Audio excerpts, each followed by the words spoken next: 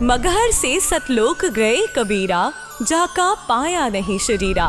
सर्व सृष्टि रचनहार कबीर परमेश्वर जी के 507वें निर्वाण दिवस के उपलक्ष्य में दिनांक 6 से 8 फरवरी 2025 को नेपाल सहित भारत के 11 सतलोक आश्रमों में 3 दिवसीय महासमागम का आयोजन किया जा रहा है। इस शुभ अवसर पर दहेज मुक्त विवाह, रक्तदान शिविर, नेत्र व दंत जांच चिकित्सा, आध्यात्मिक प्रदर्शनी, विशाल सत्संग और विशाल भंडारे का आयोजन किया गया है। आप सभी को इस अद्वितीय कार्यक्रम में सादर आमंत्रित किया जाता है। आपसे विनम्र आग्रह है कि अपने परिवार सहित इस कार्यक्रम में पधार कर इस आयोजन की शोभा बढ़ाए और जगत गुरु तत्वदर्शी संत रामपाल जी महाराज जी के सानिध्य में होने वाले इस विशाल सत्संग व अमृतमय भंडारे का आनंद प्राप्त करें। इस भव्य कार्यक्रम का आयोजन सभी सतलोक आश्रमों में किया जाएगा। इस कार्यक्रम का सीधा प्रसारण सतलोक आश्रम श्री धनाना धाम, तहसील गोहाना, जिला सोनीपत, हरियाणा, भारत से आप 8 फरवरी 2025 को सुबह 7:30 से द टीवी NRI चैनल पर संत रामपाल जी महाराज लाइव यूट्यूब चैनल और जगत गुरु संत रामपाल जी महाराज फेसबुक पेज पर भी देख सकते हैं।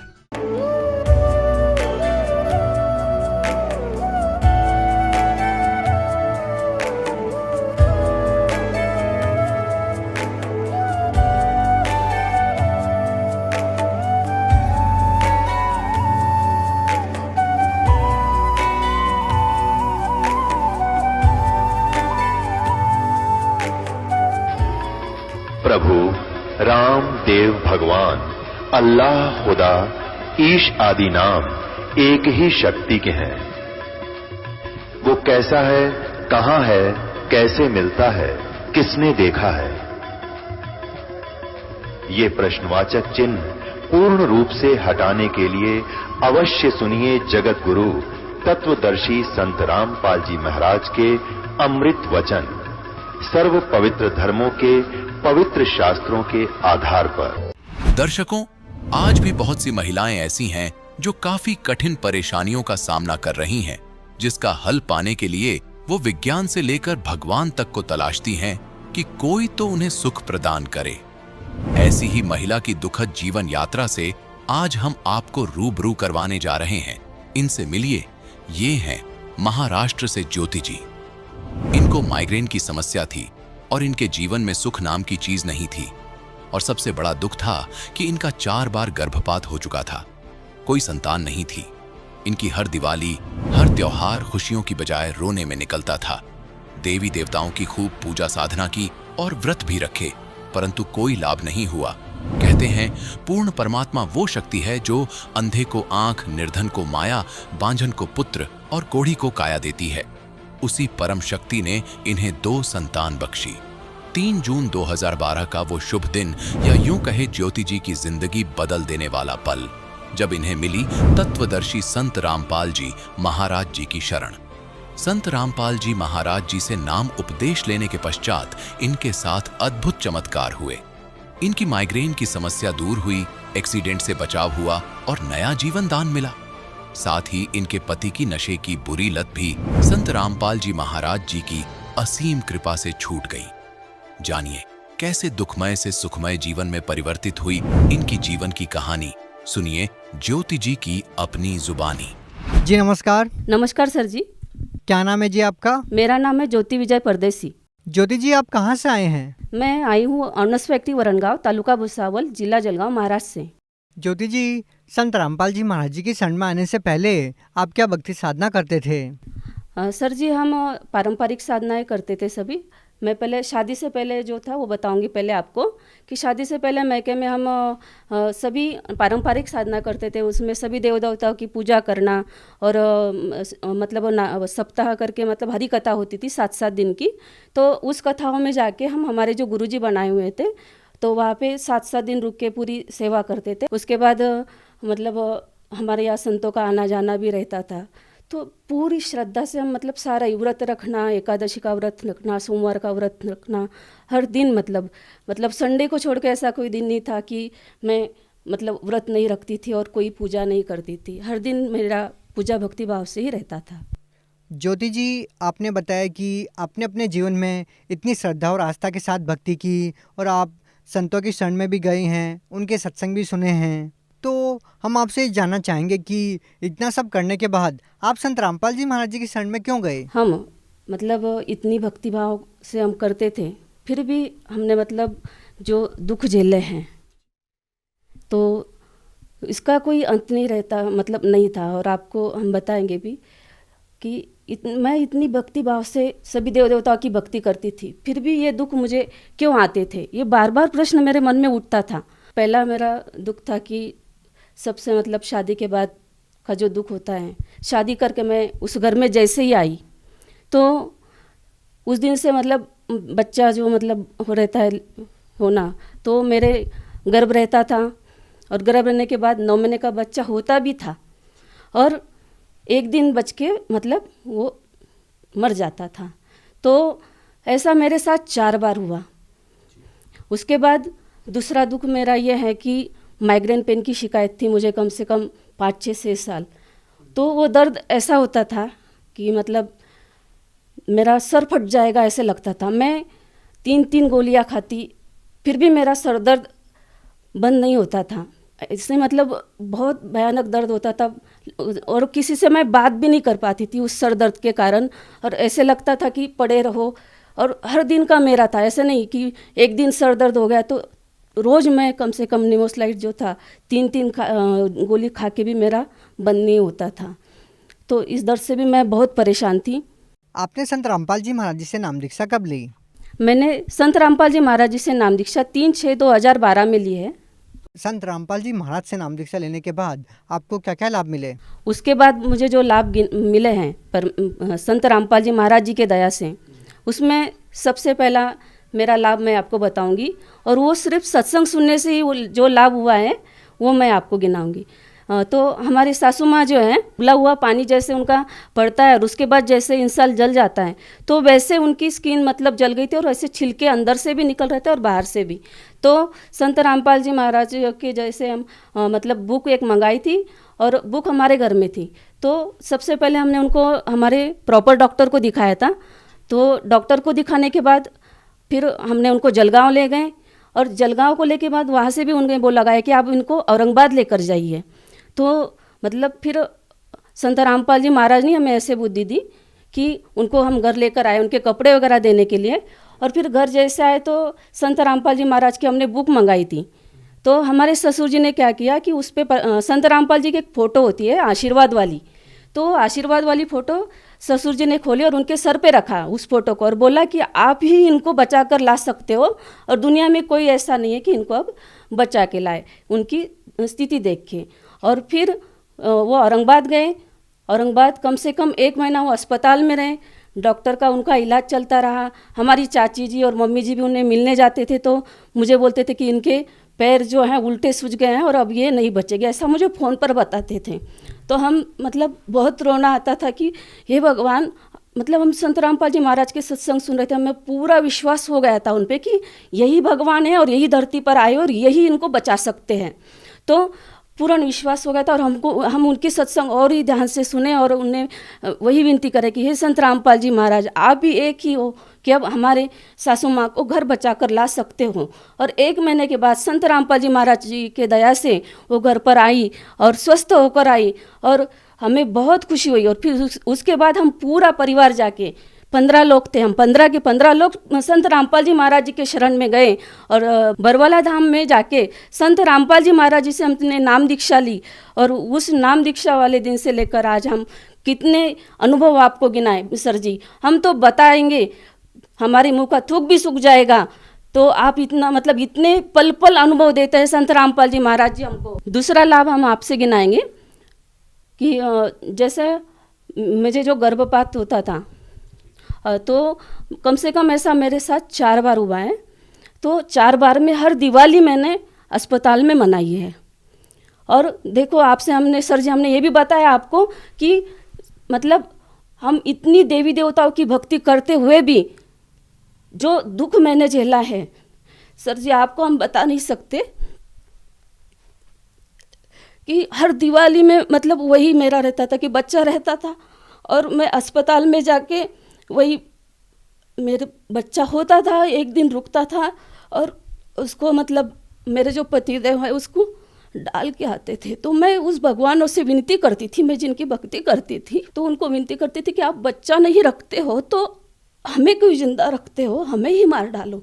लेकिन उन भगवानों ने मेरी नहीं सुनी। तो ये सबसे मेरा बहुत बड़ा डर था।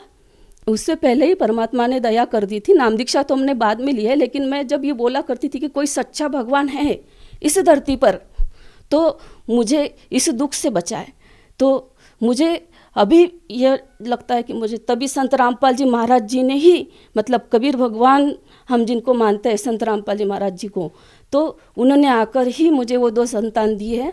दुनिया भले ही कुछ ही कहते रहे, लेकिन मेरे लिए तब भी जब मैंने नाम नहीं लिया था तब भी संत रामपाल जी महाराज जी ने ही मुझे ये 2 बच्चे हैं मेरा, एक बेटा है और एक बेटी है।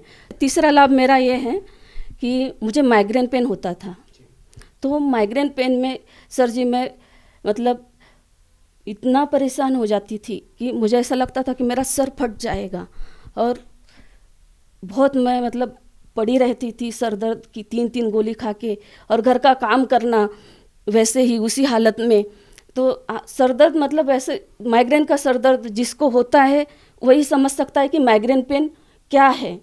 तो संत रामपाल जी महाराज जी से नाम दीक्षा लेने के बाद मेरा माइग्रेन पेन कहाँ गया ये मुझे पता भी नहीं चला। संत रामपाल जी महाराज जी से मेरे पर बहुत ही दया की है। लेकिन क्या इसके पहले आपने किसी डॉक्टर को भी दिखाया? बहुत डॉक्टरों को दिखाया मैंने। कहाँ दिखाया? मैंने जलगांव में दिखाया, मैंने भुसावल में दिखाया, हमारे प्रॉपर जो हॉर्नस फैक्ट्री के डॉक्टर हैं इनकी भी दवाई खाते रहे, लेकिन मुझे किसी दवाई से आराम नहीं पड़ता था। बस डॉक्टर यही बोलते थे कि आप दवाई खाओ, यही आपका इलाज है। और इंजेक्शन नहीं, 3-3 गोली खाने के बाद भी मुझे जब नहीं आराम पड़ता था तो मैं इंजेक्शन लेने से भी मेरा सर दर्द बंद नहीं होता था। मुझे जैसे अभी और भी एक लाभ है मेरा, हम ऐसे जा रहे थे गाड़ी से, तो मतलब रात के समय था और किसी काम से हम जा रहे थे, तो उस समय क्या हुआ कि हम दोनों ही साथ में चल रहे थे देर रात, तो दोनों को ही नींद आ गई, हमको दोनों ही सो गए।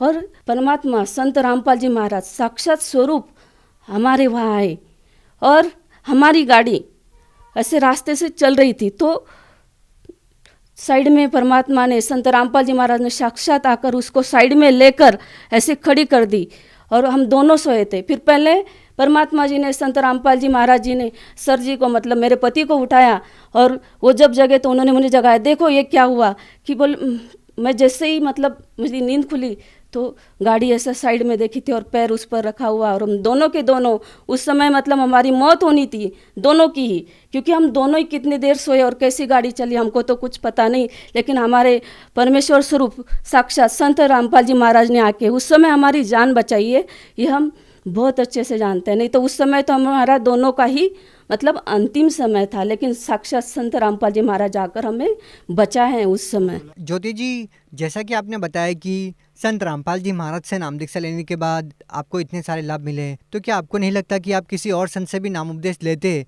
तो आपको इस तरह के लाभ मिल सकते थे? बिल्कुल सही बोला आपने, लेकिन हम पहले ही बहुत सारे संतों के शरण में, क्योंकि बचपन से ही दासी मतलब बचपन से ही सभी संतों, गली गली के संतों से, आचार्यों से हमारे घर में आना जाना रहता था। तो हमारे यहाँ आचार्य, शंकराचार्य, ये सभी आते रहते थे और हम इनकी सेवा करते थे। इससे हमें कोई लाभ हुआ ही नहीं। इसलिए हम संत रामपाल जी महाराज जी से नाम दीक्षा लेने के बाद क्यों लाभ हो सकता है, क्योंकि संत रामपाल जी महाराज जी जो भक्ति बताते हैं सभी शास्त्रों अनुसार भक्ति बताते हैं और इससे लाभ होते हैं। ज्योति जी, हम आपसे जानना चाहेंगे कि आपने बताया कि आपके पति पहले बहुत नशा करते थे और वो चाहकर भी नहीं छोड़ पा रहे थे, तो आपके पति ने नशा कैसे छोड़ दिया? ये तो संत रामपाल जी साक्षात धरती पर भगवान आए और इनके आशीर्वाद और कृपा से और इन जो भक्ति विधि देते हैं, इन्हीं के भक्ति, सही भक्ति विधि से, शास्त्र युक्त भक्ति विधि से ही इनका नशा छूटा। नहीं तो मुश्किल था। मेरा मतलब मेरा जीना तो मुश्किल ही था, लेकिन मेरे पति पता नहीं आज मेरे पास होते कि नहीं होते। तो ये तो संत रामपाल जी महाराज जी की ही कृपा है कि आज मेरे पति, मेरे बच्चे और हम सब परिवार सिर्फ संत रामपाल जी महाराज जी के आशीर्वाद से ही सुखी है। और संत रामपाल जी महाराज की सद्भक्ति से ही सब लाभ हो सकते हैं। नशा तो क्या, परमात्मा संत रामपाल जी महाराज सभी, मतलब कैंसर जैसा रोग जो कि डॉक्टर बोल देता है कि भाई पेशेंट को घर को लेके जाओ, हमने खुद देखा है, ऐसे हुआ है हमारे सामने कि उसको भी ठीक कर सकते हैं। तो नशा तो परमात्मा संत रामपाल जी महाराज जी के सामने कुछ नहीं, ये तो सब कुछ कर सकते हैं। आप भगत समाज को क्या संदेश देना चाहते हैं? भक्त समाज को जो संदेश संत रामपाल जी महाराज ही दे सकते हैं। हम तो विनती कर सकते हैं भक्त समाज को, जो भी मेरे रिश्तेदार, नातीदार और जो भी मुझे सभी सुन रहे हैं, उनसे हम एक ही विनती कर सकते हैं कि वो संत रामपाल जी महाराज जी की जो बुक है जीने की राह, ज्ञान गंगा, ये ज़रूर पढ़ें। और उनके कई चैनलों पे सत्संग आते हैं तो उनको ज़रूर देखें। इसके अलावा संत रामपाल जी महाराज जी का फेसबुक, ट्विटर, यूट्यूब पर आप संत रामपाल जी महाराज जी वर्ड डाल के भी आप सर्च करोगे तो आपको संत रामपाल जी महाराज जी के सत्संग सुनने को जरूर मिलेंगे। और आप सभी ये सत्संग अवश्य सुने और संत रामपाल जी महाराज जी से नाम दीक्षा ले और भक्ति करें और अपना जीवन जैसे मुझे सुख मिले हैं ऐसे आप सभी भी प्राप्त कर सकते हो। अगर कोई व्यक्ति संत रामपाल जी महाराज जी से नाम दीक्षा लेना चाहता है तो वो कैसे नाम दीक्षा ले सकता है? संत रामपाल जी महाराज जी के सानिध्य में आने के लिए जहाँ भी सत्संग चलता है, जिस भी चैनल पर, उसमें एक पट्टी चलती है, उस पर नंबर चलते हैं। तो उसमें आपको आपके ज़िले का नंबर वहाँ से आप प्राप्त कर सकते हो और वहाँ से आप अपने ज़िले का नंबर प्राप्त करके नामदान सेंटर का पता लेकर आप नाम दीक्षा ले सकते हो। जी बहुत बहुत धन्यवाद। सत साहिब। अब जगत गुरु तत्वदर्शी संत रामपाल जी महाराज जी के सत्संग के माध्यम से उस अद्वितीय आध्यात्मिक ज्ञान के बारे में जानते हैं जिसके माध्यम से आप भी प्राप्त कर सकते हैं ऐसे आध्यात्मिक, मानसिक और भौतिक सुख जो अभी तक आपने सिर्फ मीराबाई, ध्रुव, प्रहलाद जैसे कुछ ही भक्तों की जीवन कथा में सुने होंगे। अब सुनिए तत्वदर्शी संत के संग शास्त्र अनुकूल भक्ति सत्संग, ऐसा अद्वितीय आध्यात्मिक ज्ञान जिसका है सर्वधर्मों के पवित्र शास्त्रों में प्रमाण। और जब तक आप रहते हो डगमग, वो अंतर्यामी है, बालक नहीं है। वो इस काल का भी बाप है जो हमें यहाँ मूर्ख बना के बैठा रखा था। तो उस जब तक आप डगमग रहोगे, आपके अंदर ये ज्ञान नहीं समावेगा कि कबीर इज गॉड, तो जैसा करोगे वैसा ही फल मिलता रहेगा, पूरी राहत आपको मिलेगी नहीं। क्योंकि कहते हैं सतगुरु के दरबार में कमी कहे की ना, अनसा मौज नहीं पावता तेरी चूक चाकरी माँ। इस सच्चे दरबार में किसी वस्तु की कमी नहीं है, किसी भी वस्तु की, क्योंकि परमेश्वर समर्थ है। कबीर जी, कबीर परमेश्वर की डिक्शनरी में इम्पॉसिबल वर्ड नहीं है। ये समर्थ है, जो चाहे सो कर सकता है। सतगुरु जो चाहे सो कर ही, और 14 कोट दूत जम डर ही, ऊत भूत जम त्रास निवारे, और चित्रकूट के कागज पाड़े। आपके संस्कार जो बैड अकाउंट था उसको कहते हैं पाड़ कर डाल देगा। जैसे आदरणीय गरीबदास साहिब जी को परमात्मा मिले, पुण्यात्माओं, सबसे पहले तो हमने ये विश्वास करना चाहिए कि कबीर इज गॉड। और जब तक आपका ये विश्वास नहीं होगा कि वो कबीर भगवान, कबीर जी परमात्मा है, कौन? जो काशी में आए थे धानक रूप में, जुल्हाई रूप में, शूद्रों के अंदर रह करके वो 120 वर्ष तक अपना ज्ञान प्रचार करते रहे और हमारा उद्धार करते रहे। तो तब तक आपको राहत कंप्लीट नहीं मिलेगी। तो उसको परमात्मा कबीर जी हैं, इसके लिए हमने सारे ही आपको एग्जाम्पल देने पड़ेंगे, सभी प्रमाण प्रूफ दिखाने पड़ते हैं, तब ये मन संतुष्ट होता है कि सचमुच in real Kabir is God, Kabir परमात्मा है। अब थोड़ा सा आपको एक कथा सुनाते हैं। पुण्यात्माओं, जिस समय आपका हृदय निर्मल हो जाएगा, अभी तो आपके और हमारे और परमात्मा के बीच में इन पाप कर्मों के बादल छाए हैं, और ये इतने हो गए कि हम भगवान को भूल ही गए हैं। जैसे इतने काली घटा छा जाती है, कई बार दिन में भी रात दिखाई देती है। तो आज हमारी स्थिति ऐसी हो गई है कि भगवान है ही नहीं। दिन के 10-11 बजे और बादल छा जाएं और घटा घोर घनघोर हो और वो अंधेरा हो गया, कति काली दिन भी काली रात दिखाई देती है, तो हम ये सोच ले। लेकिन अब तो हमें पता है, क्योंकि घड़ी घड़ी होगी हमारे पास, कि अभी तो दिन है, सूर्य है। तो इसी प्रकार जब हमारे पाप कर्म हमारे सामने परमात्मा के बीच में न्यू अड़ गए, तो हमने ये मान लिया भगवान है ही नहीं। और ये जब पाप कर्मों के बादल छट जाएंगे, फिर भगवान आपको स्पष्ट दिखाई देगा। जैसे सूरज के आगे बदरा, ऐसे कर्म छयारे, प्रेम की पवन करे चित मंजन, जुलुक तेज नयारे।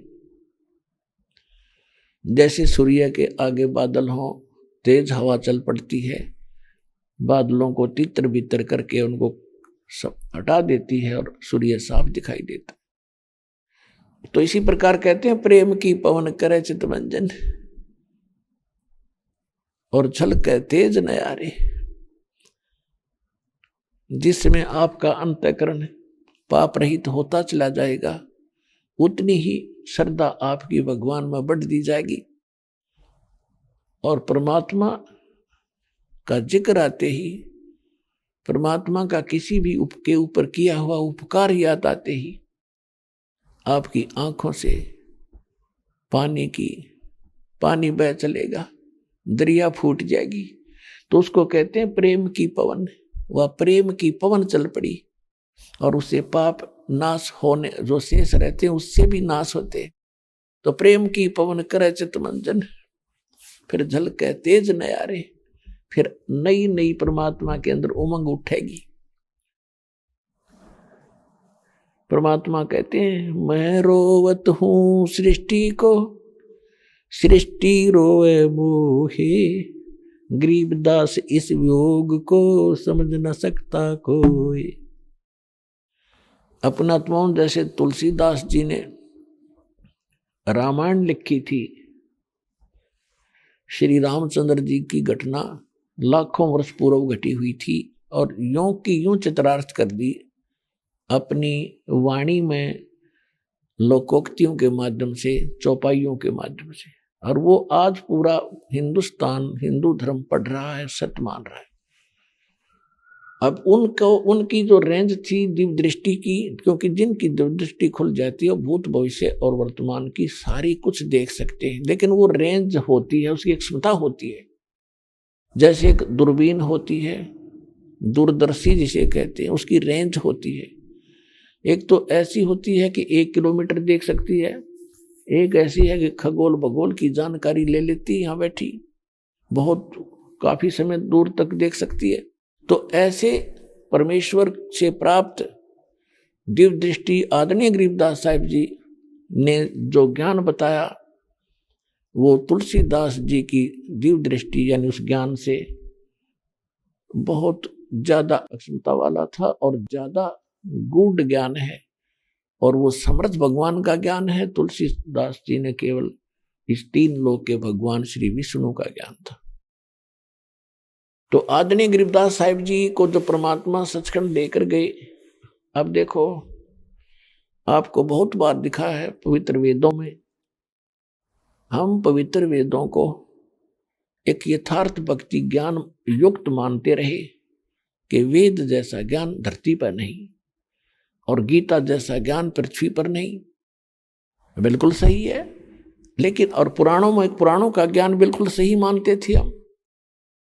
आज पुराण क्या बता रहे हमने खुद देखा। जब बात बनी, अभी तक ते नकली ब्राह्मण पंडित, कोई जाति ब्राह्मण नहीं होती। पुण्यात्माओं, हमारे साथ काल ने कई पचेड़े लगा दिए कोई जाति विशेष में उलझ के बैठ गया, कोई धर्म विशेष को अपना उत्तम मानता है, कोई उसके एक शब्द कह दे तो वो दुख मानता है। हम जीव, हमारी जाति है, मानव धर्म हमारा, हिंदू मुस्लिम सिख ईसाई धर्म नहीं कोई न्यारा। मेरे दादा गुरुजी जो थे वो जाट थे, छावला गांव के दिल्ली में, और मेरे पूज्य गुरुदेव जी वो ब्राह्मण थे, ब्राह्मण वर्ण से थे। पुण्यात्माओं, यहाँ जाति से नहीं, हमारा लिंक जीव आत्मा से है। मेरे पूज्य गुरुदेव जी ब्राह्मण होते अपने आप को पंडित नहीं कहते थे कि नहीं, हम संत हैं, हम भक्त हैं। पंडित सोए जो पिंड की जाने। और मेरे दादा गुरुजी जो थे छावले के जाट होते, पंडित कब आगे, उन्होंने काशी विद्यापीठ से 4 विषय के आचार्य बन गए थे। छोटे से वो 15-16 वर्ष की आयु में हमारे परदादा गुरुजी जो थे, परदादा गुरु यानी उनके गुरु, मेरे गुरुजी के गुरुजी के गुरुजी, उनके साथ वो 16-17 वर्ष की आयु में घर से निकल गए थे, प्रेरणा पाकर भक्ति की। और ज्यादा अच्छे माइंडेड थे, तो हमारे परदादा गुरुजी ने देखा कि बच्चा विद्वान बन सकता है, तो उसको काशी विद्यापीठ में शिक्षा के लिए भेज दिया। और वहां से वो 4 विषय के आचार्य बनकर बाहर आए, तो उनको पंडित चिदानंद जी कहने लगे। चिदानंद नाम था उनका। जिला सोनीपत, तहसील खरखोदा के बिल्कुल निकट में एक गोपालपुर नाम का गांव है। उस गोपालपुर गांव के अंदर मेरे दादा गुरुजी का आश्रम है।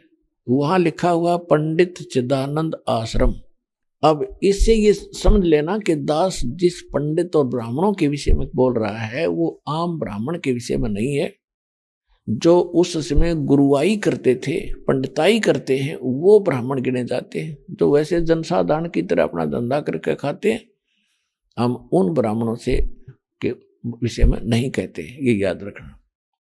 तो इन नकली ब्राह्मणों ने, पंडितों ने हमें जो ज्ञान दिया वो बिल्कुल हमारे वेद और गीता और पुराणों के विपरीत था। ये आपको पता ही लग गया, बहुत बार आपको रूबरू कर चुका है ये दास।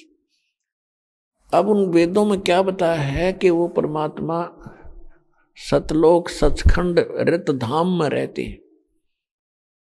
रतधामा यजुर्वेद अध्याय नंबर 5 के मंत्र नंबर 32 में है कि कबीर अंगारी हसी बम्भारी हसी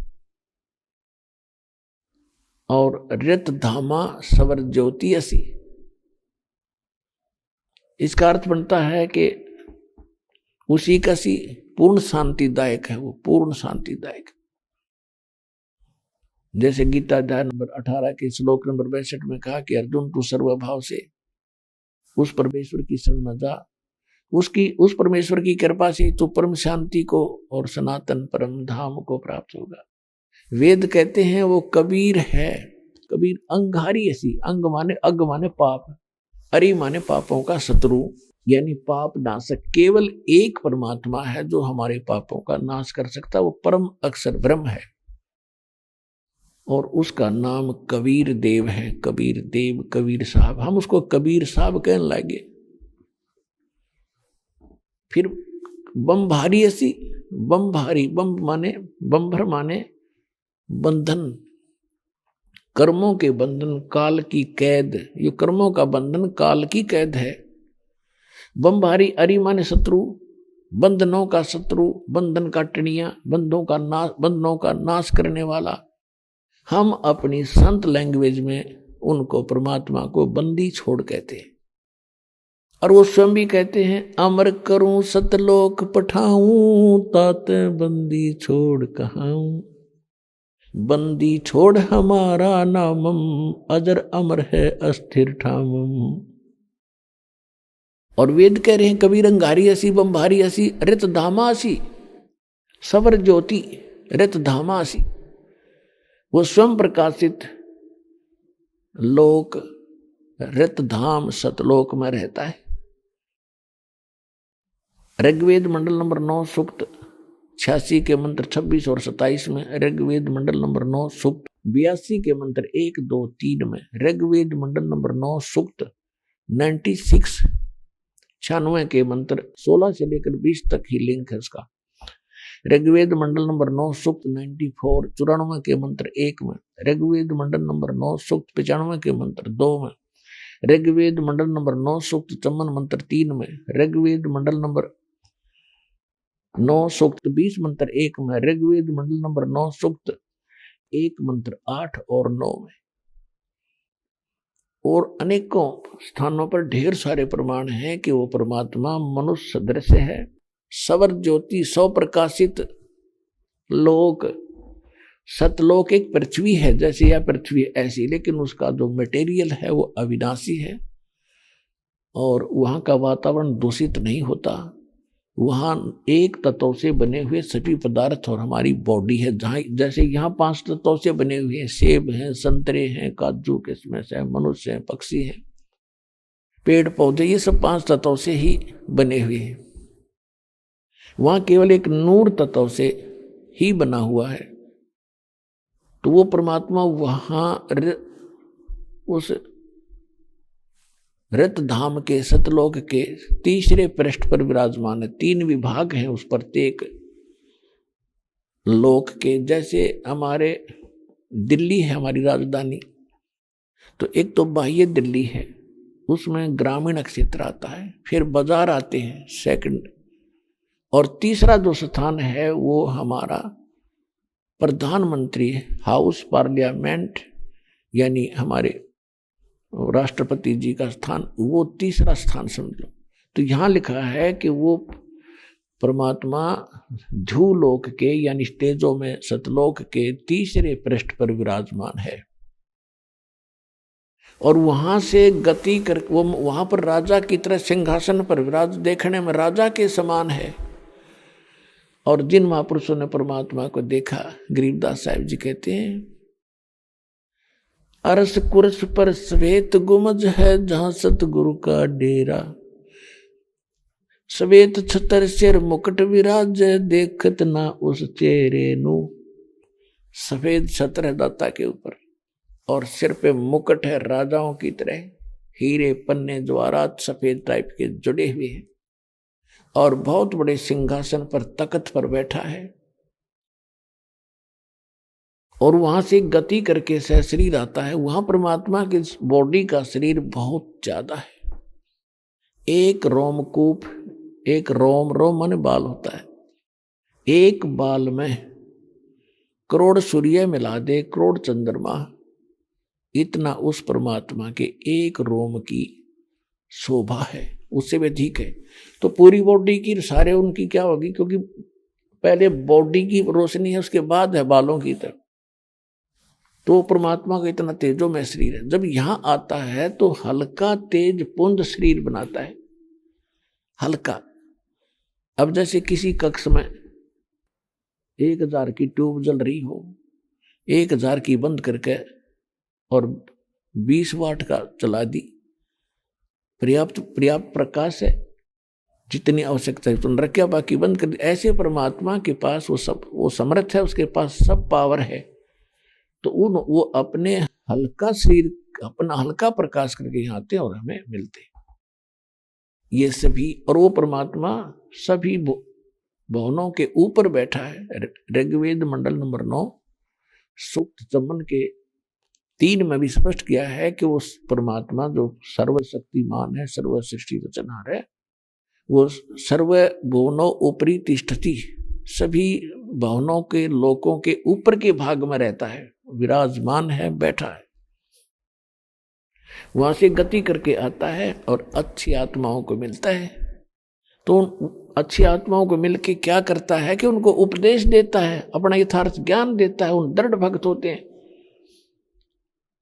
तो उनमें से इस कलयुग के अंदर जिन जिन महापुरुषों को मिले हैं परमात्मा, उनमें से आदरणीय धर्मदास साहिब जी वो परमात्मा के समकालीन थे। आदरणीय मुल्कदास साहिब जी ये भी समकालीन थे। आदरणीय नानक साहिब जी ये भी समकालीन थे। आदरणीय दादू साहब जी, आदरणीय गरीबदास साहब जी, आदरणीय गीसादास साहब जी, ये उनके बाद में परमात्मा के सौधाम जाने के बाद में इनको फिर आकर मिले हैं। तो आज दास आपको इन महापुरुषों को परमात्मा मिले, थोड़ी सी झलक दिखाएंगे, सुनाएंगे, ताकि क्यों आपको विश्वास दृढ़ हो। क्योंकि प्रत्येक सत्संग में प्रत्येक प्रकार के श्रोता होते हैं। कुछ तो ऐसे होते हैं जो प्रथम बार आए हैं, कुछ ऐसे होते हैं कि दूसरी तीसरी बार आए हैं, वो बच्चे हैं, मैच्योर ज्ञान उनका नहीं है। और कुछ ऐसे हैं जिनको सतनाम प्राप्त हो चुका है, तो वो कुछ अच्छी क्लास में हो गए हैं, और कुछ को सारनाम भी प्राप्त है, कुछ वैसे ही फर्स्ट श्रोता भी आ रहे हैं अपने भक्तों के कहने से।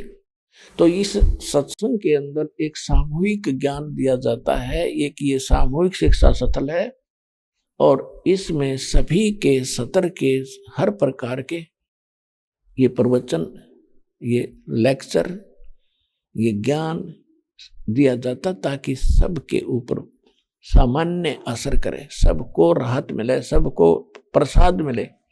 अब आपको बताते हैं, ये परमात्मा इस कलयुग के अंदर सभी महापुरुषों को एक जिंदा महात्मा के रूप में मिला। बेशक वो उस समय समकालीन थे, और चाहे उनको बाद में मिले, एक साधु रूप में आए। आदरणीय धर्मदास साहिब जी को मिले परमात्मा, जिस समय वो मथुरा में गए हुए थे।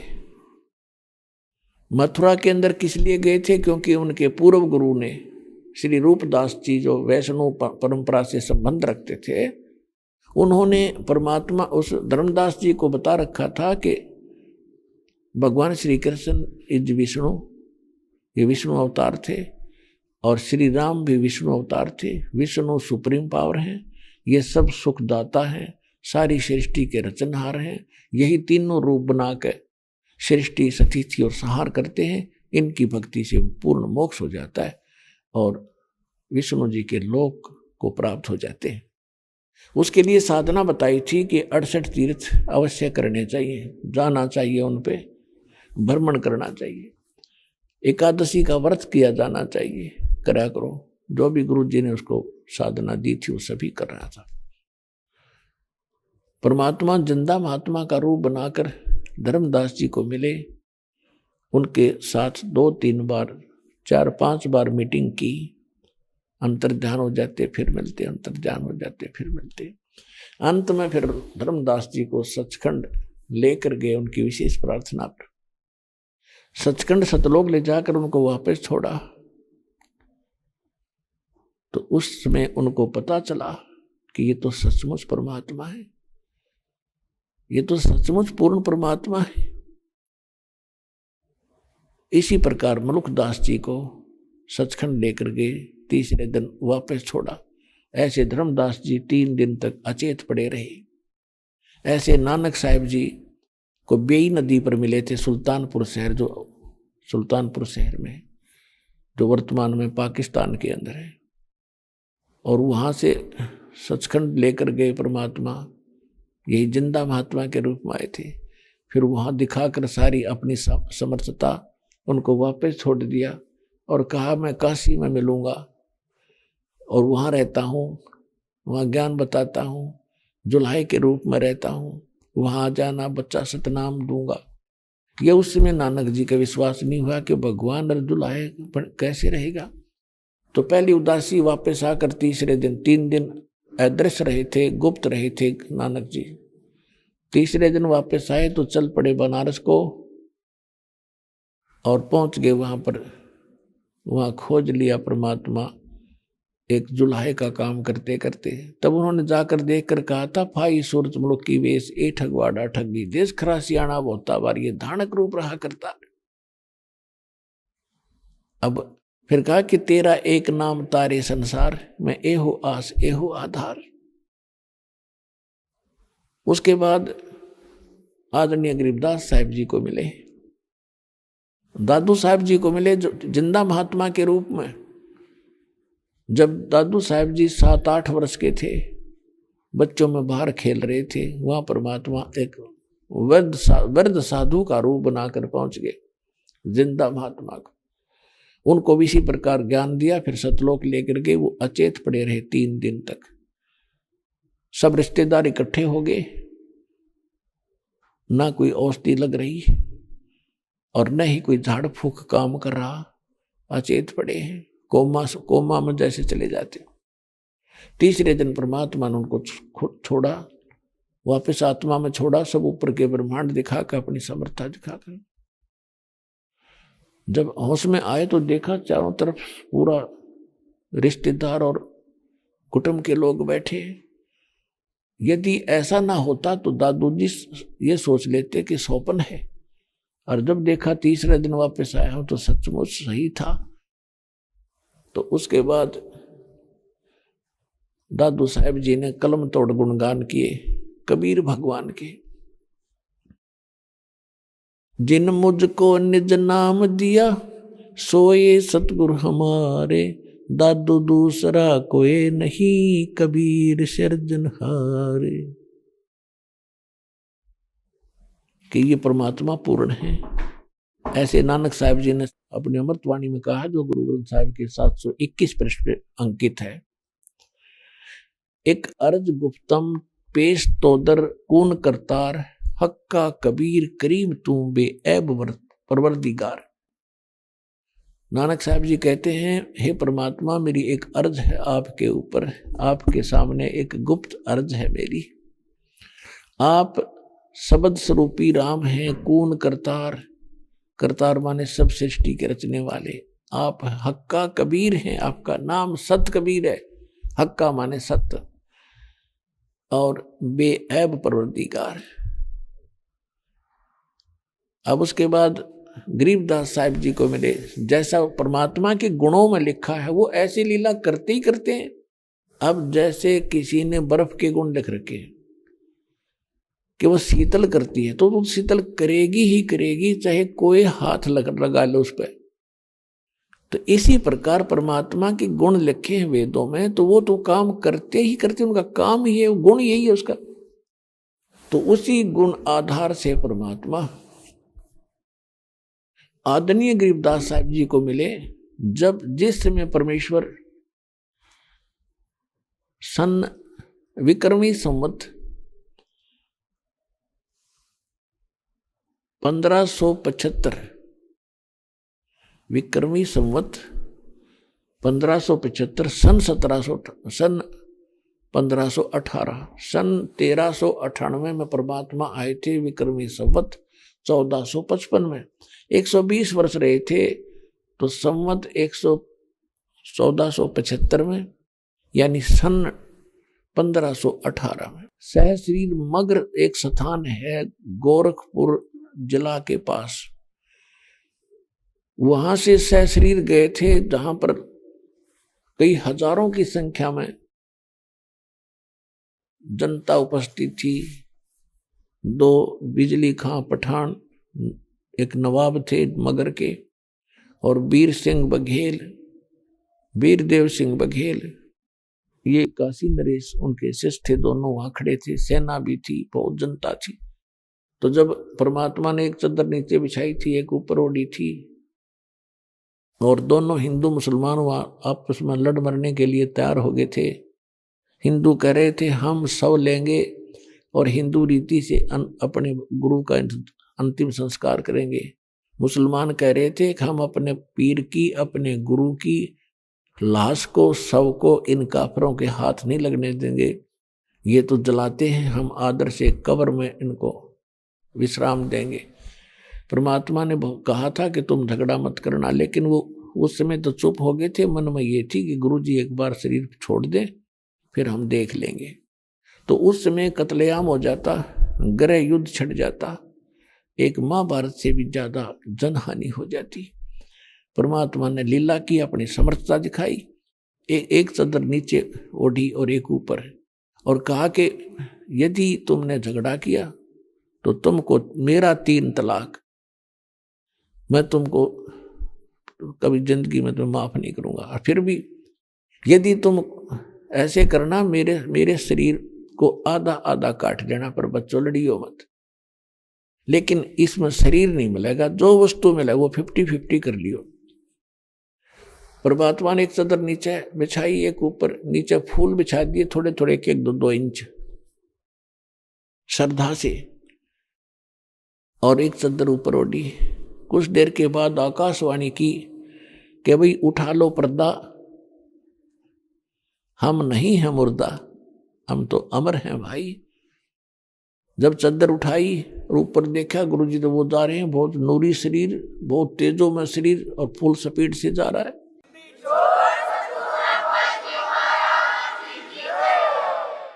चादर उठाई तो क्या देखा कि सब शरीर के, सब के बराबर ऊंचाई के सुगंधित फूल, जैसे अभी बाड़ी से तोड़ कर लाए हों, फुलवाड़ी से। मुसलमान और हिंदू कहाँ तो कत्लेआम करने को तैयार थे, और कहाँ हथियार डालकर एक दूसरे से गले से मिलकर रो रहे हैं। जिन जैसे बच्चों के माँ बाप मर जाते हैं, इतना दुख मान रहे हैं और कोस रहे हैं अपने आप को, हम कितने नीच थे, हम कितने दुष्ट हैं, हम भगवान अल्लाह को पहचान नहीं सके। एक चादर हिंदुओं ने ले ली, एक चादर मुसलमानों ने। आधे फूल भगवान ने जो वहां रखे थे अपना, वो तो सहसली चले गए। आधे हिंदुओं ने ले लिए, आधे मुसलमानों ने। अभी आपने सुने संत रामपाल जी महाराज के मंगल प्रवचन। आइए अब सुनते हैं संत रामपाल जी महाराज से नाम दीक्षा लेकर सतभक्ति करके अद्भुत लाभ प्राप्त करने वाले अनुयायी के विचार। दर्शकों, आज आपको गोपाल दास जी का अनुभव सुनाते हैं। गोपाल दास जी 10 साल तक पूर्ण परमात्मा की खोज में लगे रहे, लेकिन इन्हें कोई रास्ता नजर नहीं आया। गोपाल दास जी गुरु बनाना चाहते थे, लेकिन इन्होंने किसी को भी अपना गुरु नहीं बनाया, क्योंकि इनके सवालों का जवाब कोई भी संत महात्मा नहीं दे पा रहा था। गोपाल दास जी की परमात्मा की खोज तब खत्म हुई जब इन्हें संत रामपाल जी महाराज के एक शिष्य से भक्ति सौदागर का संदेश नामक पुस्तक मिली, जिसे पढ़ते ही गोपाल दास जी की दुनिया ही बदल गई। जिस परमात्मा की खोज गोपाल दास जी सालों कर रहे थे, उनकी वो खोज 1 मार्च 2009 को पूरी हुई, जब इन्होंने संत रामपाल जी महाराज से नाम दीक्षा ली। संत रामपाल जी महाराज से नाम दीक्षा लेने के बाद गोपाल दास जी को अद्वितीय लाभ मिले। दर्शकों, जमीन के मुकदमे सालों साल चलते हैं, और ऐसा भी होता है कि मुकदमे चलते हुए इंसान इस दुनिया को छोड़कर चला जाता है। लेकिन हैरानी की बात है कि गोपाल दास जी की हक जमीन जो उनके भाई ने उन्हें देने से इनकार कर दिया था, वो जमीन भी संत रामपाल जी महाराज की कृपा से इन्हें सहज में मिल गई। आइए अब सुनते हैं गोपाल जी की कहानी, उनकी अपनी जुबानी। नमस्कार सर। नमस्कार। सर क्या नाम है आपका? मेरा नाम गोपाल दास। सर कहाँ के रहने वाले हैं आप? मैं उत्तराखंड नेपाल बॉर्डर। सर संत रामपाल जी महाराज से नाम दीक्षा आपने कब ली? 1 मार्च 2009 को लिया था। सर संत रामपाल जी महाराज से नाम दीक्षा लेने से पहले आप क्या भक्ति साधनाएं करते थे? सन 2000 से मुझे लगन लगी थी। याद है मुझे वो बम्बई में जब मैं सुनता था अडगड़ानंद स्वामी जी का, आसाराम जी का, तब से मुझे लगन लगी थी कि अब मैं पता करूँगा। इतनी लगन लग गई मेरी, अरे बाबरे बाबरे। मैं जितने भी संत दिल्ली बम्बई जहाँ हो, उनको वहाँ जाके अटेंड करता था सत्संग सुनने के लिए, सिर्फ ओनली ड्यूटी में एब्सेंट करके 15-15 दिन। जैसे सतपाल जी महाराज का गुड़गांव में हो गया, 1 हफ्ता ड्यूटी में नहीं गया मैं। जैसे आसाराम जी का बम्बई में हो गया, मैं बम्बई जी में जाके अटेंड करता था। कृष्ण मिर्दुल जी बिंद्रावन के, उनको सत्संग सुनने के लिए मैं ड्यूटी एब्सेंट करके वहाँ जाता था। मैं पूजा भी करता था राम की। बोला मुझे उस परमात्मा से मिला जो सबसे सर्वशक्तिमान है, ये भक्ति करता था मैं। भक्ति यही करता था, मेरे 24 घंटा मेरा ये मुख से वचन आता था। उस पर सबसे बड़ा भगवान कौन है, इसमें मैं रह गया। इसलिए 10 साल तक गुरु धारण नहीं किया। मेरे दोस्तों ने सबने किया, मैंने नहीं किया। सर आपने बताया कि आप सबसे बड़े भगवान की खोज में थे। उसके लिए आप सभी संतों के पास गए, सुधांशु जी के पास गए, आसाराम जी के पास गए। किसी ने राम को बड़ा बताया, किसी ने दुर्गा माता को, किसी ने श्री कृष्ण जी को बड़ा बताया। तो सर आपकी ये खोज पूरी हुई, आपको सबसे बड़ा भगवान मिला? जैसे मुझे 2009 में वो बुक मिली, भक्ति सौदागर बुक मिली 2009, 1 फरवरी कालिका मंदिर ओखला में तेजेंद्र भगत जी ने मेरे हाथ में बुक पकड़ाई। सेंट्रल बैंक का मैनेजर है वो आदमी, दिल्ली में बुक पकड़े। जैसे मैंने वो बुक देखा, अरे तेरी तेरी तेरी 8-10 पेज क्या पढ़ा था मैंने। रात को फ़ोन किया उसको, हे भगवान भगवान तो ये है भाई, मिल गया मुझे। अब पता चला ये तो इतने बड़े भगवान। उसको मैंने फ़ोन किया रात को, मुझे ले चलना है वहाँ आश्रम ले, तो अब पहला गुरु धारण करूँगा। इसी चक्कर में मैं था। अब मुझे पता चला कि सबसे बड़ा सर्वशक्तिमान भगवान कौन है। उन्होंने बोला अच्छा अभी सो जाओ, मैं तुम्हें कार में मेरे ले जाऊँगा, नाम दिलाऊँगा। फिर उन्होंने मुझे 1 मार्च को अपनी कार में बरवाला संत रामपाल जी के आश्रम में वहाँ ले गए और उनसे नाम दीक्षा मुझे दिला दी। सर, आपने बताया कि आपने सभी संतों के 10 साल तक सत्संग सुने, लेकिन किसी को अपना गुरु नहीं बनाया, क्योंकि आप एक खोज में थे कि मेरे को सबसे बड़ा भगवान मिले। और संत रामपाल जी महाराज की शरण में आने के बाद आपकी वो खोज पूरी हुई। तो संत रामपाल जी महाराज से नाम दीक्षा लेने के बाद क्या आपको कोई लाभ भी मिले?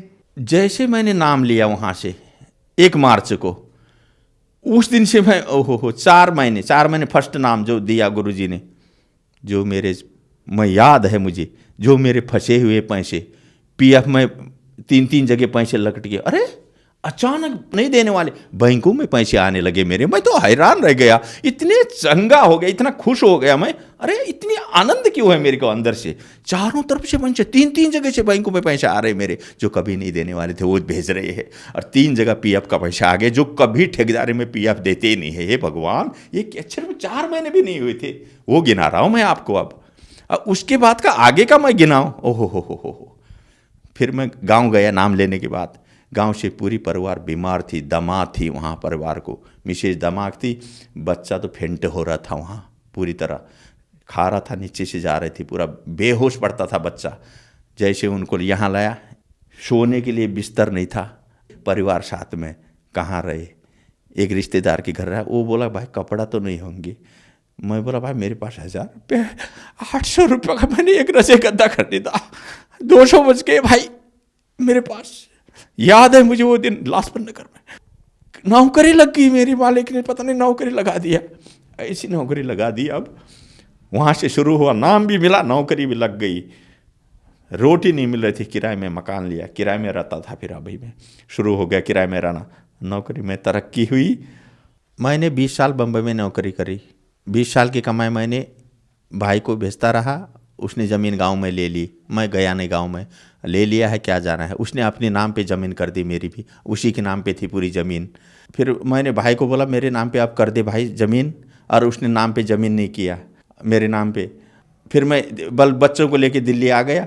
फिर मैं गुरुजी से अर्ज़ किया ज़मीन हड़पने की, 13 साल बाद गुरुजी से अर्ज़ किया। गुरुजी ने बोला बेटा तेरी ज़मीन मिलेगी, झगड़ा मत करना। और जैसे गुरुजी ने ऐसा आशीर्वाद दिया मुझे 2013 में, और जैसे बरवाला से सत्संग सुन के मैं घर में आया, दिल्ली में किराए में रहता था। और किराए में रहने के बाद 5वें दिन उसने गांव से पूरा कोर्ट का डॉक्यूमेंट पेपर भेज के, वहाँ का सब भेज के यहाँ आदमी को भेजा, और चल भाई तेरी ज़मीन तेरे नाम पे करता हूँ करके वो आदमी लेके मेरे को ढूंढ रहा है, कि एड्रेस ढूंढ रहा है। किराए के मकान में रहता था मैं, ऊपर मकान वाले बोलता है कौन आया है देख। जैसे मैंने देखा वो तो गाँव का आदमी है। घर में आया, पूरा डॉक्यूमेंट टेबल में रख दिया, बोला ये देखो पहले तुम्हारी ज़मीन जो थी वो तुम्हारे नाम पे करने वाले हैं, अब चलो भर के।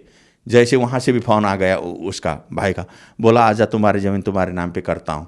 ये हम अनहोनी हो गए, घर में बाल बच्चे, बीवी बड़ा खुश हो गई। जैसे मैं गया गाँव में, उसको बोला चल फिर नाम पे कर दे। जैसे गए कोर्ट में, आहा वो देखते ही बनता है, पसीना पसीना हो गया वो पूरा। 80 लाख की मेरी ज़मीन, आज की नहीं 2013 की बात बता रहा हूँ, 80 लाख की उस टाइम पे वो ज़मीन। अरे 1 लाख तो मांग लेता, 2 लाख 5 लाख तो मांग लेता। पसीना पसीना हो गया कोर्ट में जब नाम में डाल रहा था, हालत खराब होगी उसकी, लेकिन बोल नहीं पा रहा है। मेरे मालिक की कृपा है भगवान, याद है मुझे वो बात। तब से मैं अब इतना विश्वास करता हूँ कि बस तब से मैं लगा हूँ पूरी तरह, मालिक के शरणों में लगा हुआ हूँ। रामपाल जी की कृपा से ये सब बोलने के बाद 5वें दिन ये काम हुआ जो 13 वर्ष से नहीं हो रहा था ये काम। ये है गुरु जी की कृपा, ये है परमात्मा की कृपा, पूर्ण परमात्मा की, जिस परमात्मा की मैं खोज में था। और उसके बाद जो गांव से बच्चा लाया था मैं, आधा मुर्दा, बेहोश पड़ने वाला। मैं ड्यूटी जाता था, गली में से आदमी आते थे कंपनी में, फ़ोन करते थे, भाई बेहोश हो गया, चल ले जा, फेंट हो गया। 2-4 आदमी लग के हॉस्पिटल ले जाते थे। हमेशा की बात, कंपनी वालों ने भी देखा ये बात। फेंट हो जाता था पूरा तरह, बेहोश, जो खाया यहाँ से निकलता था, बिल्कुल गिरा, बेहोश हो, आँख सफ़ेद, घर में रो पड़ते थे सब, बीबी बच्चे अगल बगल वाले, सफ़ेद आँख हो गई, अरे होश नहीं आ रही है, ये कंडीशन था। 1 साल कलावती हॉस्पिटल में रहा वही बच्चा। फिर मैं गुरुजी के पास ले गया और नाम दीक्षा दिलाया उस बच्चे को भी। रामपाल जी गुरुजी मेरे भगवान ने आशीर्वाद दिया, याद है मुझे, ऐसे ले गया, आशीर्वाद दिया वो बच्चे को। उस दिन से वहीं पर बीमार कहाँ रहेगी पता नहीं, तब से आज देखो फर्स्ट डिवीजन में पढ़ रहा है, हेल्थी है। बीमार नाम की चीज़ नहीं है, कहाँ उड़ गया वो बीमार, मैं बताओ। 1 साल से कलावती हॉस्पिटल में फेंट होने वाला बच्चा, ये है कमाल का प्रमाण, ये है पूर्ण परमात्मा की ताकत, याद है। दूसरा लाभ बताता हूँ मैं आपको। नोटबंदी हो गई, 11 तारीख को मुझे कंपनी से पैसा लेके आया मैं। 40 नोट थे मेरे पास, 1000 के, 40,000 रुपये बैंक में रखने के लिए। रास्ते में गिर गए और 1.5 घंटा वहाँ लाइन पे लगा के, जैसे नंबर आया पैसा देखता हूँ, पैसा नहीं है। हे मालिक ये क्या हो गया, वहीं पर अर्ज किया भगवान को। और मुझे पता है मालिक ने बोला था जब तक नियम और मर्यादा आपके पास है तो सब काम होंगे।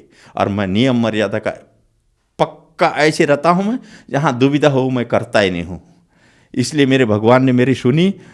रिटर्न आया 1.5 घंटे के बाद, रोड में, मेन रोड में, जहाँ गाड़ी चल रही थी, पैसे रखे हुए 40,000 की गड्डी उठाया, बैंक में जमा करके। हे भगवान, ये अब क्या बताऊँ मैं, 10,000, 20,000 ऐसे कई केस है मेरे, ऐसे केस है, सब मालिक ने पूर्ति किया। सुख शांति। अब देखो मैं करोड़पति हूँ इस समय, जिसके पास 0 पैसा नहीं था। याद करो ये परमात्मा रामपाल जी की कृपा है भाई, ये पूर्ण परमात्मा कबीर साहब की, भगवान की कृपा है। ये देखो, एक दिन मेरे कंपनी में 10,000 रुपये वहाँ गिर गए थे बाथरूम में। सफाई वालों को मिला, उनसे पूछा मैंने, नहीं मिला। बोला जैसे मैं घर में आके 1.5 घंटे बाद जो जगाया, जिसको पूछ रहा था वो नहीं बोलने वाले ने, जो जगाते टाइम फ़ोन आ गया, फ़ोन उठाया, बोला तुम्हारे पैसे भाई मिल गए हैं, ले जाओ। ये होती है परमात्मा की कृपा, कोई दिखा नहीं सकता है। 7,000 का मोबाइल सफदरजंग हॉस्पिटल में, पीपल के पेड़ के पास खाना खाया, फ़ोन उधर भूल गया। हे मालिक फ़ोन जाने दो, 7,000 का। रो के, याद है वो दिन मुझे अभी, रो के मैंने बोला मैं असुर निकंदन आरती कैसे करूँ अब बताओ। ये इसमें मैं रह गया, मैं किस में करूँ आप बताओ। असुर निकंदन रमणी दोपहर को करनी थी मुझे। क्यों, मैंने जिंदगी भर एक भी चीज़ नहीं छोड़ा हूँ अभी तक, किसी कीमत पर रात दिन लगा के 3 टाइम की आरती, जो जो आपने बताया वो मैं पूर्ण किया हूँ और पूर्ण करूँगा। ये मेरी छूट जाएगी अभी मालिक। फ़ोन मेरा गायब हो गया, कंपनी में फ़ोन है, कंपनी वालों ने मुझे फ़ोन किया, दूसरा फ़ोन में घर में किया, ये कॉन्टेक्ट हो कि वो फ़ोन मुझे 7,000 का दे के गया। क्यों दे के गया वो, अब बताओ ये क्या चीज़ है। ये पूर्ण परमात्मा की शक्ति, ये रामपाल जी गुरुदेव की शक्ति है। ये देख लो भाई, आंखों देखी प्रमाण बता रहा हूं मैं। और दूसरा लाभ, पत्नी की दिमाग की बीमारी पूरी तरह दिमाग की बीमारी, और 5 साल से दवा ESI में चल रही थी, सांस लगना, वो हो जाना, संत रामपाल जी की कृपा से नाम लेने के बाद खत्म हो गई बीमारी पूरी तरह। बीमारी अब देखो कहाँ गई बीमारी। सर, संत रामपाल जी महाराज से नाम दीक्षा लेने के बाद आपको बहुत सारे लाभ मिले, तो जो समाज आज आपको देख रहा है और वो भी किसी न किसी बीमारी से ग्रस्त है, तो क्या वो भी संत रामपाल जी महाराज से नाम दीक्षा लेने के बाद ठीक हो सकते हैं? मैं पूरी पृथ्वी के भक्तों को या पूरी दुनिया को ये अनुभव बता देता हूँ मैं आपको। अगर संत पूरी पृथ्वी में जितने भी संत हैं, पूरी पृथ्वी के जितने भी गुरु हैं, जितने भी भगवान हैं, अगर सिर्फ संत रामपाल जी से अगर नाम लो, एक बार प्रैक्टिकल देख लो, नाम लेने के बाद अगर नियम मर्यादा जिसमें बताए गुरु जी वो अगर कर दो, तुम सबके कदम छोएंगे। ये दुख है ना, ये दुख कदमों में रहते हैं, फिर तो दुख होता ही नहीं है ना, में पूर्ण पूर्ण पूर्ण पूर्ण हो जाता है, पूरी तरह पूर्ण होता है नियम मर्यादा में रहने के बाद। ये हमने देखा है, ये सभी के लिए हो रहे हैं हमारे आश्रम में। गुरुजी संत रामपाल जी से नाम दीक्षा लेने के बाद। सर, आपने बताया कि आपने सभी संतों के सत्संग 10 साल तक सुने, आपको एक सबसे बड़े भगवान की खोज थी, फिर आप संत रामपाल जी महाराज की शरण में आए, वहां आपकी खोज पूरी हुई। तो हमें आप ये बताइए, उन संतों के ज्ञान में और संत रामपाल जी महाराज के ज्ञान में आपको क्या अंतर दिखा?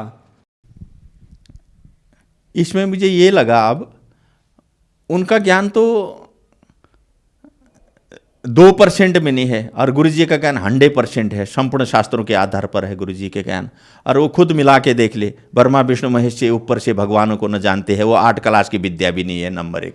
वो खुद जन्म मृत्यु के चक्कर में है वो भगवान। अब पूर्ण परमात्मा की बात तो बातें अलग हो गई, ऊपर के भगवान की बातें अलग है। क्षर अक्षर परम अक्षर, ईश ईश्वर परम ईश्वर को तो कोई जानता ही नहीं पृथ्वी में। संत जो गीता में पढ़े हुए हैं, गीता में पूरा लिखा हुआ है, 4 वेदों में है, गीता में है। बताओ, इन ग्रंथों में लिखी हुई चीज को भी नहीं समझ पा रहे। इन संतों से क्या, इनको तो अपने ग्रंथों का याद नहीं है, इनको ग्रंथों का जानकारी नहीं है। नंबर 1, गीता के बारे में किसी संत को पता नहीं है। बताओ, बड़े बड़े संतों को देख लो आप, कोई बता नहीं सकता गीता के बारे में। संत रामपाल जी ही बता सकते हैं इन शास्त्रों के बारे में। सर, संत रामपाल जी महाराज से नाम दीक्षा कैसे ली जा सकती है? पूरे हिंदुस्तान में, हर स्टेट में, हर डिस्ट्रिक्ट में पूरे नामदान केंद्र खुले हुए हैं भक्तों के। पूरे भारत की बात कर रहा हूँ मैं, नामदान केंद्र खुले हुए हैं। जो आदमी जिस स्टेट का जिस जगह का रहता है, वहाँ पूरा नामदान केंद्र में कांटेक्ट करो, संत रामपाल जी से नाम दीक्षा लो और अपना कल्याण कराओ। धन्यवाद सर। नमस्कार, सत साई।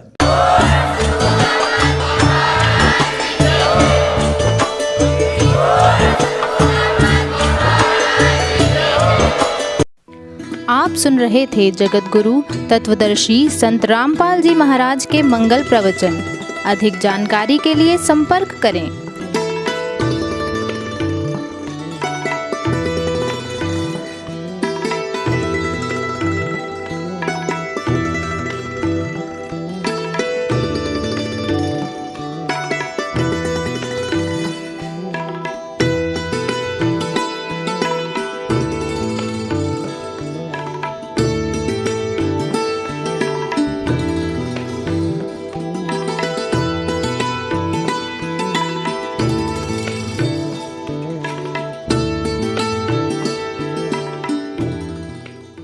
मगहर से सतलोक गए कबीरा, जाका पाया नहीं शरीरा। सर्व सृष्टि रचनहार कबीर परमेश्वर जी के 507वें निर्वाण दिवस के उपलक्ष्य में दिनांक 6 से 8 फरवरी 2025 को नेपाल सहित भारत के 11 सतलोक आश्रमों में 3 दिवसीय महासमागम का आयोजन किया जा रहा है।